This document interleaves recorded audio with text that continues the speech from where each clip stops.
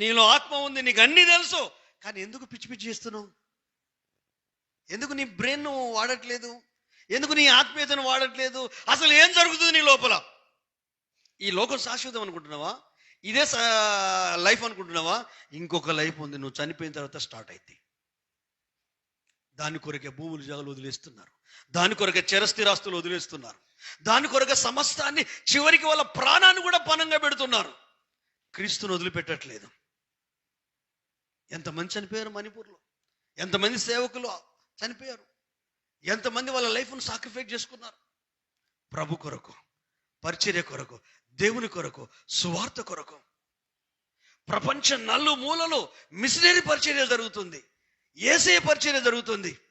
సంఘాన్ని నిర్లక్ష్యం చేయడం, సహవాసాన్ని నిర్లక్ష్యం చేయడం, వాక్యాన్ని నిర్లక్ష్యం చేయడం, సేవకులు నిర్లక్ష్యం చేయడం, వాటి నోటి నుంచి మాటను నిర్లక్ష్యం చేయడం.